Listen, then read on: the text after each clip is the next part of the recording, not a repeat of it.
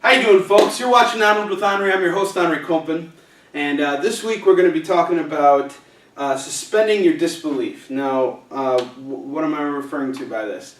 At the last few conventions I've been to, I've had a bunch of people come up to me and ask me how I'm managing to keep research and solid streak intact. How am I able to just keep going out on the showroom floor and sell through everything I bring with me to conventions? Well, I'm here to tell you guys that it's really not that difficult. It's a really simple process, and I want to kind of break it down for you because some people look at what I do and think it's some complicated process. It really isn't. It's a process that requires patience, persistence, and repetition. So, I want to kind of help you guys, walk you guys through what a typical transaction looks like. Now, when you're on a convention sales floor, this is your opportunity to actually make money. You know, making comics is great, but if you're not able to actually bring home the money at the end of the day, then this is just a hobby. And it's not going to get you very far. If you want to go to the top, if you want to take your series and go all the way, you got to be extremely committed. There's nothing that stands in your way. No publisher can tell you you can't do this. No distributor can't tell you that your work can't make it out into the world. If everybody shuts you down, you got to get on your feet, you got to get on the front lines, and you got to move your product. That's just how it works. All right. Believe me, if it were easier, I'd be going the easier route. But unfortunately, this is my fate. I am destined to be on the convention floor, and I fucking love it. I love every minute of it. And the reason why is because I get to interact with every single one of my customers. I get to meet them. I get to shake their hands. Now, that's not for everybody. You know, a lot of writers, a lot of artists are a bit more introverted and they don't like to do that. But when you're starting out and when you're working in today's industry, you have to be willing and able to go above and beyond. And like I told you, it's really not that difficult. So sit back and, check out what I have to say. So the first thing you want to do when it comes to making a sale on a convention floor is to find the calmest, quickest way to get your work into people's hands. I see a lot of people go to conventions and they don't know what to do. They have their work splayed out on the table. They get out in front of their table, which is fantastic. I'm glad to see a lot more creators doing that now. You have to be in front of your table if you want to get it out there. If you want to move volume, you have to be in a place where people can see you and interact with you. Why? Because the real product they're buying is not just your book, they are buying you. They are buying your commitment to the work that you're pushing. So if you can get out in the front of your table, that's great. If you can't and you're more effective behind your table for whatever reason, that's totally fine too. I've sold out at conventions by being forced to be behind my table. It's really not a big deal. You can make it work either way. People feed off of your passion. And the more you're moving around, the more chances there are of people being drawn to you. Motion creates motion, right? So the first thing you want to do when you see someone walking on the floor is you want to find the quickest, calmest way to get your work into their hands. And a lot of creators just sit there and they say, "Hey, nice shirt. Hey, how's it going?" And people will just walk on by. Because first off, what's happening is you're blocking off your work now by standing in front of your table. And you're not actually starting a conversation with them. And the way I like to look at a sales pitch is this. You're having a conversation. A conversation goes two ways, right? You have to start the conversation. You're the one who's the icebreaker. So when you see someone come down your aisle, the best way to interact with them is to say, "Hey, how you doing? Can I tell you about my comic?" Or, "Would you like to hear about my comic? Can I show you my work? Would you like to see what I have going on my table? I have great deals going on. You want to check them out?" You got to have an opening line, right?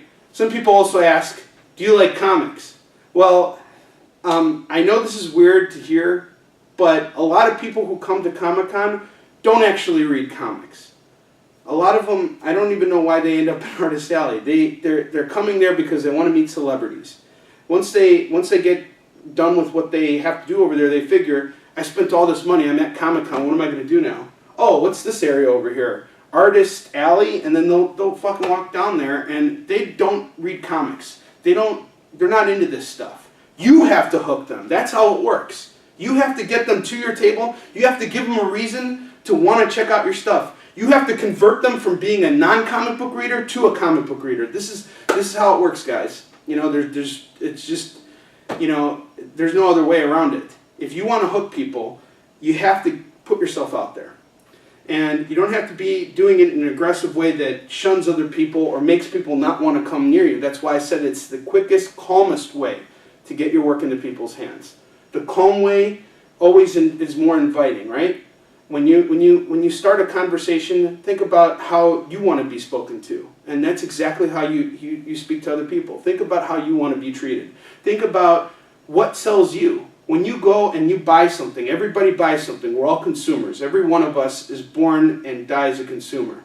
All right? So when you're sold something, what does it take to sell you? Think about that. All right? You don't have to do it the way I do it. Okay? Maybe that's just not going to work for you. That's totally fine.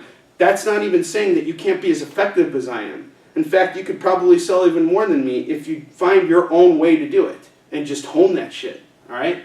Now, once you get your work into people's hands, the next phase of this is to pitch. You want to strike hard. You want to strike fast.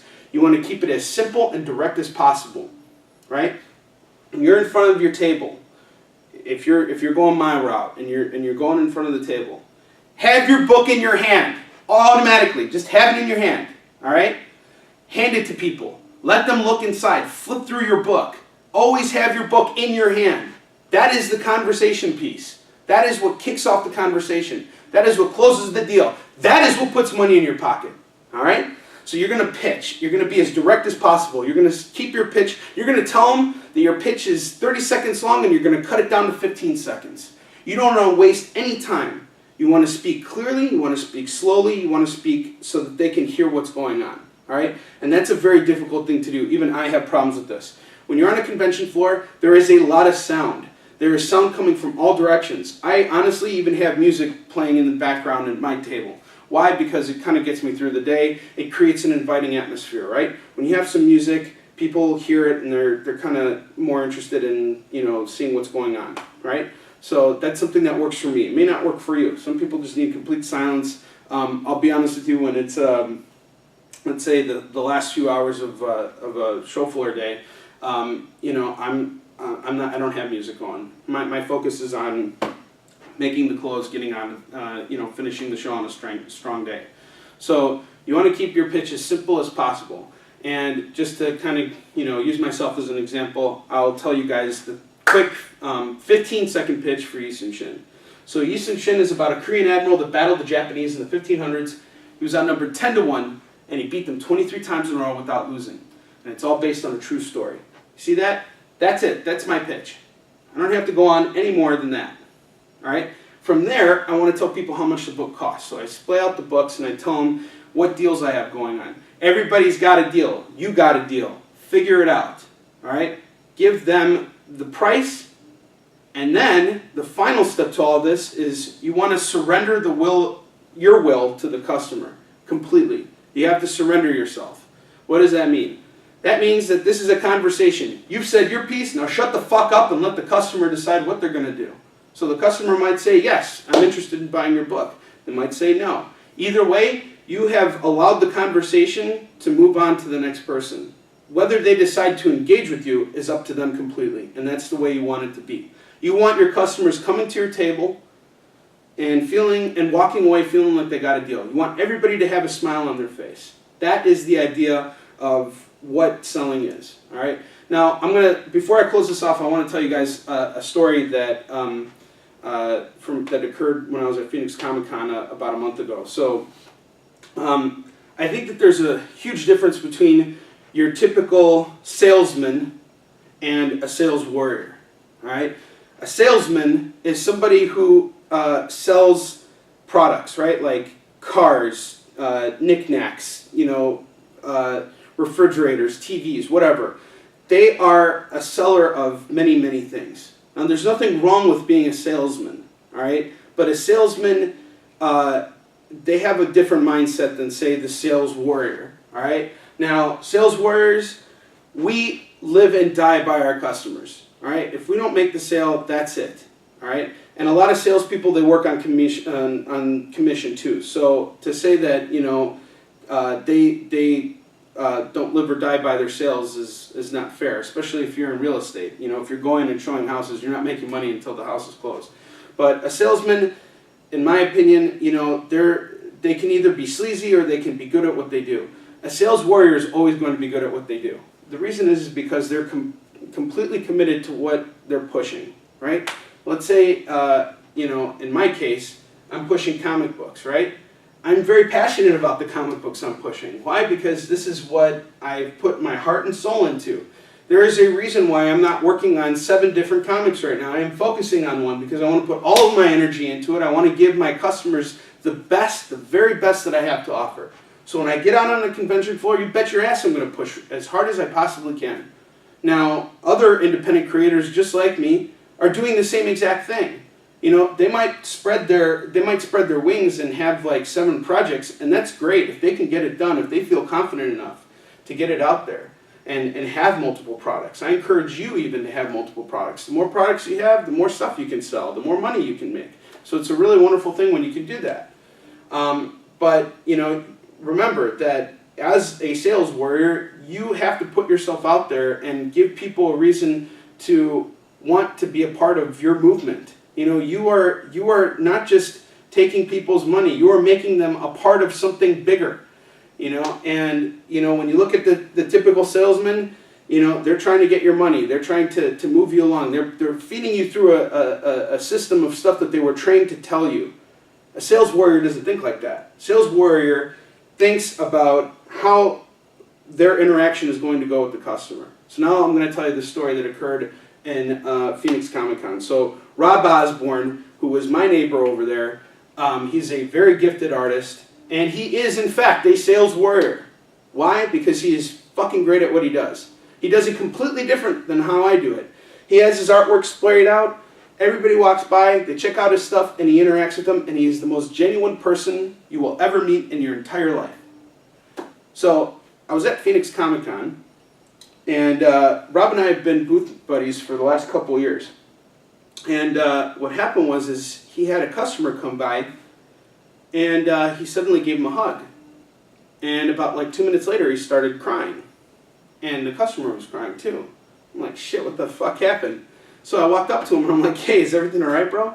And he tells me that his customer had died and that his son had come by just to support him like his father always used to support him. And this was a customer that, you know, he had become friends with him, of course, over the years, but this was a customer. This was a relationship that was built on the convention floor. And, you know, when you lose a customer, when you lose someone that means something to you over the years, when you build that relationship and someone passes away, it is a very real thing. And Rob genuinely cared about, you know, his customer and, you know, his son, and, you know, he welcomed him to his table. He welcomed him to always come back and visit. And it was a very special moment that I consider myself very privileged to have witnessed, because that made me realize, like, that's what this is all about. You know, when you're making these interactions with people at conventions, you're building relationships with them. They're on the ground floor of watching you, of helping you get bigger. So think about that. All right, guys, I'll see you next week with a brand new episode. Next week, we got David Anthony Krafft here. He's going to be my special guest. He's coming in from Georgia, and we're going to be talking about something really awesome. I have no idea what it is yet, but Dak and I will figure it out because that's what we always do. All right, I'll see you next week. Until then, onward to victory.